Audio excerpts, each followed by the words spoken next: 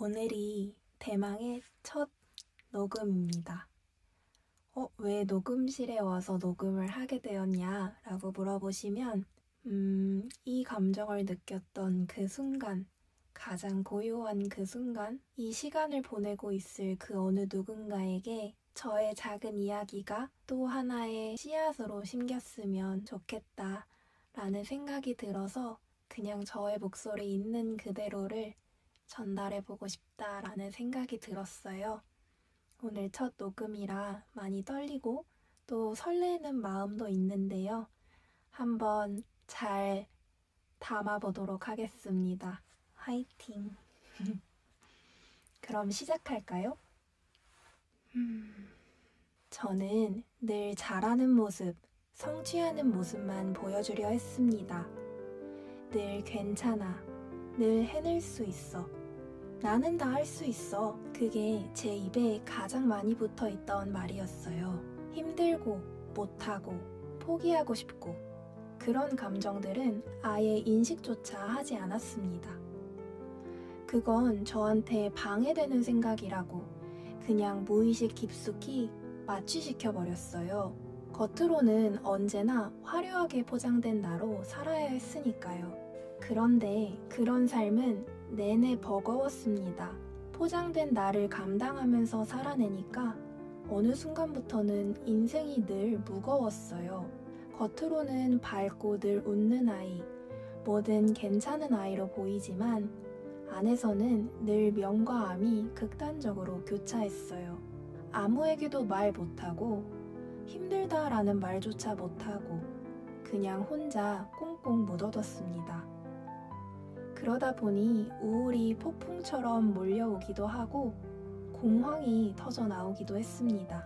그게 제 내면적 결핍이었습니다. 겉으로도 늘 따라다니는 결핍이 있었습니다.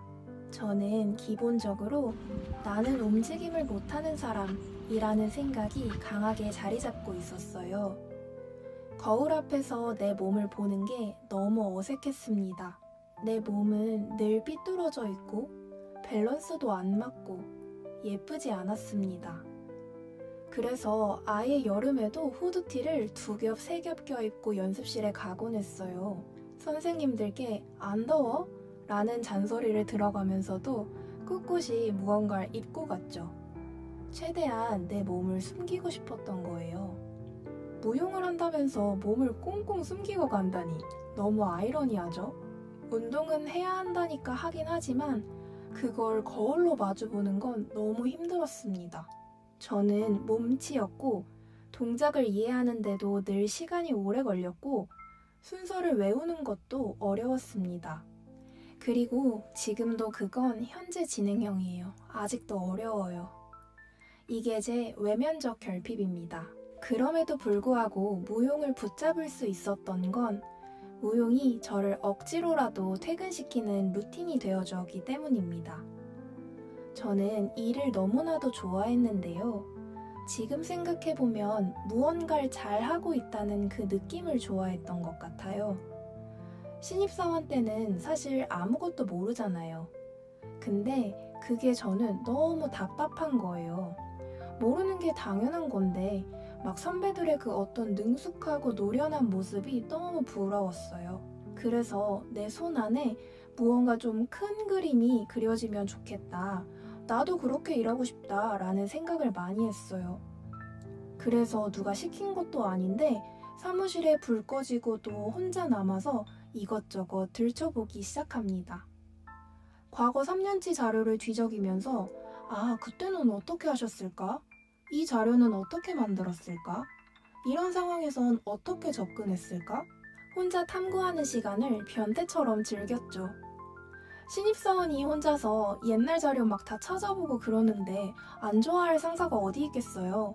내가 그렇게 노력한 만큼 우리 팀에서도 하루빨리 예쁨 받는 신입사원이 되는 게, 그리고 무언가 내 몫을 야무지게 해내는 것, 저는 그게 기분이 참 좋았던 것 같습니다. 그래서 사실 잘 퇴근을 안 했어요. 그런데 1년쯤 지나니까 이런 생각이 들더라고요.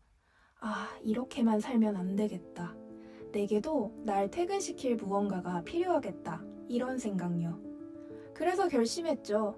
나는 오늘 일을 끝내고도 집에 곧장 가지 않고 나를 위해 어떻게든 시간을 만든다. 그 사실이 저에게는 작지만 굉장히 큰 의미였어요. 처음엔 즐겁지 않았습니다. 못했고 늘 어색했고 거울 속 내 모습이 너무 싫었으니까요. 하지만 돌이켜보니 무용에는 음악이 있었습니다. 어렸을 때 피아노를 오래 쳤던 저는 음악은 상대적으로 친숙했거든요. 헬스처럼 기계적인 반복이 아니라 음악에 맞춰 몸을 움직이는 경험이 저 같은 사람도 엄두는 내볼 수 있게끔 훨씬 장벽을 낮춰주었습니다. 그래서 첫걸음을 내디딜 수 있었던 것 같아요. 그렇다고 거울 앞에 선 제 모습이 금방 달라진 건 아니었습니다. 나는 여전히 어색했고 못했고 내 몸을 보는 게 힘들었어요. 그래서 나를 억지로라도 편안하게 만들 나만의 무기가 필요했습니다.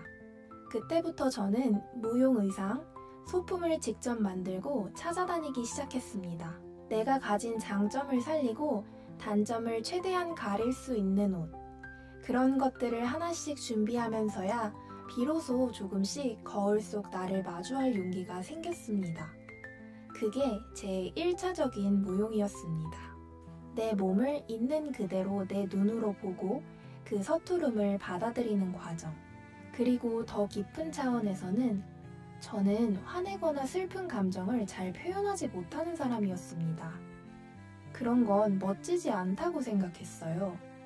항상 뭔가를 잘 해내는 모습만 보여주고 싶었으니까요. 힘든 일이 있어도 남들한테 털어놓지 않고 혼자 꽁꽁 앓는 스타일이었죠. 그런 저에게 무용은 또 하나의 2차적인 해방이 되었습니다. 내 안의 감정을 꺼내는 방법. 저는 저의 이야기를 담아 검은 아이라는 작품을 만들고 무대에 올린 적이 있는데요. 무언가를 하고 있지 않은 내 모습이 낯설어서 나는 늘 끝과 동시에 시작했다. 이 작품은 제가 무용과 함께하는 데 있어 큰 전환점이었습니다. 밝은 영역과 어두운 영역을 나누어 무대를 구성했던 작품인데 밝은 영역에서 스포트라이트를 받으며 사는 나만이 진짜 내가 아니라 어둠 속에서 울고 있는 나도 온전히 나라는 것을 받아들이는 과정이었어요. 처음으로 내 안의 검은 아이, 두려움과 우울과 떨고 있는 그 자아와 손을 잡고 마주할 수 있었던 겁니다. 그 작품을 준비하는 모든 과정이 저한테는 자기 대면과 치유의 시간이었습니다. 스케치를 하고 글을 쓰고 음악을 들으며 몸을 움직이는 그 순간들, 마치 일기를 쓰듯 어둠 속에서 음악에 몸을 맡기고 울며 움직이던 그 밤이 제 인생에선 절대 잊을 수 없는 가장 큰 순간입니다. 화려한 무대나 박수보다도 그 순간만큼은 진짜 저 자신을 마주하고 온전히 자유로워졌습니다. 무용을 한 지 어느덧 6년이 돼가는 저는 사실 지금도 움직임에 대해서는 잘 이해하지 못합니다. 동작은 여전히 서툴고 순서도 느리고 몸은 여전히 굳어있을 때가 많죠. 외면적 결핍은 여전히 제 곁에 남아있고 아마 앞으로도 계속 남아있을 겁니다. 그럼에도 저는 무용을 멈추진 않을 것 같습니다. 평생 무용하는 할머니로 살아가지 않을까요?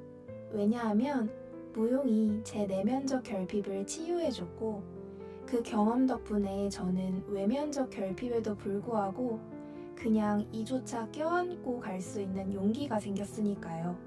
무용은 잘하기 위해서만 하는 건 아닌 것 같습니다. 물론 몸을 바르게 만들고 좋은 움직임을 빚어나가는 것은 너무나도 중요하죠. 앞으로도 저는 그 길을 정성껏 걸어가 볼 것입니다. 하지만 설령 탁월하지 못한다 하더라도 그것이 제가 무용하지 못하는 이유가 되지는 않을 것 같습니다. 저한테 무용은 결핍을 끌어안은 채 저를 있는 그대로 마주하게 해주는 루틴이자 언어입니다.